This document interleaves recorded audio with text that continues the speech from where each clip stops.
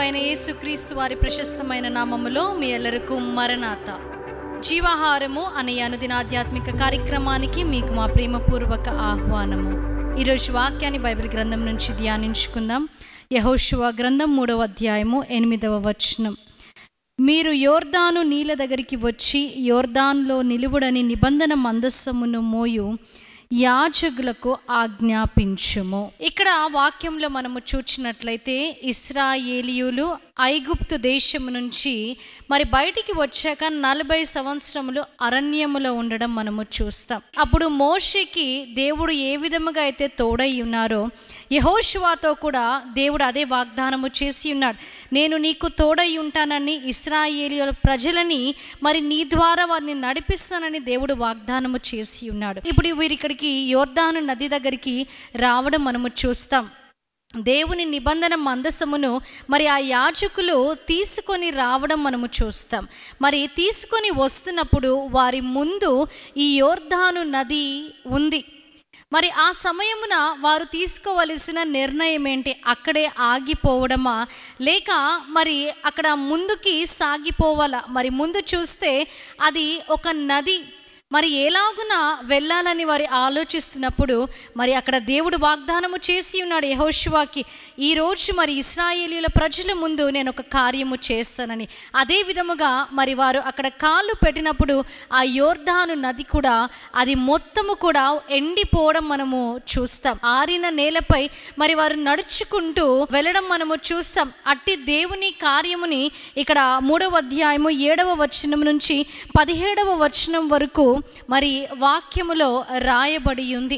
మన జీవితాలు కూడా అనేక సార్లు మరి నిర్ణయము తీసుకోవలసిన సమయము వచ్చినప్పుడు దేవునిపై మనము ఆధారపడే వారముగా ఉండాలి. ఇక్కడ వారికి కూడా మరి నిర్ణయం తీసుకోవాల్సిన సమయం వచ్చింది. అక్కడే ఆగిపోవడమా లేదా సాగిపోవాలా? వారు ఎప్పుడైతే ఒక మంచి నిర్ణయం తీసుకొని మరి యోర్దాను నది ఉన్నప్పటికీ వారి కాళ్ళు అక్కడ పెట్టడం జరిగిందో ఇక్కడ వాక్యంలో చూసినట్లయితే 3వ అధ్యాయం 13వ వచనం, సర్వలోక నాదుడగు యెహోవా నిబంధన మందసమును మోయు యాజకుల అరకాలు యోర్దాను నీళ్లను ముట్టగానే యోర్దాను నీళ్లు అనగా ఎగువ నుండి పారు నీళ్లు ఆపబడి ఏకరాశిగా నిలుచును. దేవుడు ఏ విధముగా అయితే మరి వాగ్దానము చేసి ఉన్నాడో అట్టి విధముగానే వారి ముందు ఒక అద్భుత కార్యం, ఆశ్చర్య కార్యము చేశారు. మరి ఇశ్రాయేలీయుల ప్రజలైతే వారు మాట వినడంలోని ప్రజలుగా ఉన్నప్పటికీ ఎప్పుడైతే దేవుని దగ్గరికి వారు తిరిగి వచ్చినప్పుడు దేవుడు వారి జీవితంలో కార్యము చేసి ఉన్నారు. ఎర్ర సముద్రాన్ని మరి 2 పాయలుగా చేసి ఉన్నాడు.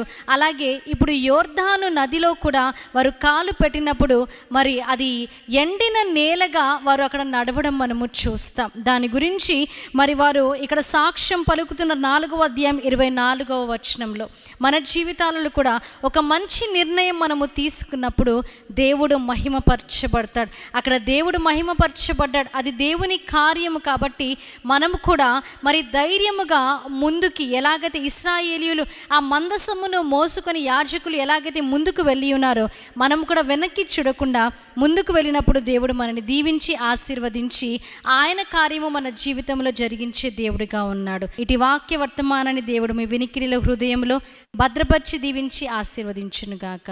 ఆమేన్. ప్రార్థన చేసుకుందాం. మహాగణుడా, మహోన్నతుడా, పరిశుద్ధుడా, నమ్మదగిన మా యేసు క్రీస్తు ప్రభువా, అద్భుత కార్యములు, ఆశ్చర్య కార్యములు చేసే దేవా, అసాధ్యమైన వాటిని సుసాధ్యముగా చేసే దేవా, మీకు స్తుతులు, స్తోత్రాలు, వందనాలు తండ్రి.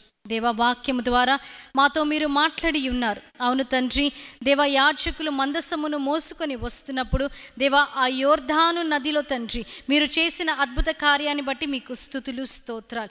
దేవా, అదే విధముగా నిర్ణయము తీసుకోవలసిన సమయం వచ్చినప్పుడు ఒక మంచి నిర్ణయము తీసుకొని ధైర్యముగా ముందుకు వెళ్ళే ధన్యత ప్రతి ఒక్కరికి మీరు దయచేయండి. విన్న వాక్యాన్ని ప్రతి హృదయంలో మీరు భద్రపరచండి. యేసుక్రీస్తు నామములో అడిగి వేడుకుంటున్నాం ప్రియ పరలోకపు తండ్రి. ఆమేన్. మరణాత. దేవుడి మనందరినీ దీవించి ఆశీర్వదించునుగా.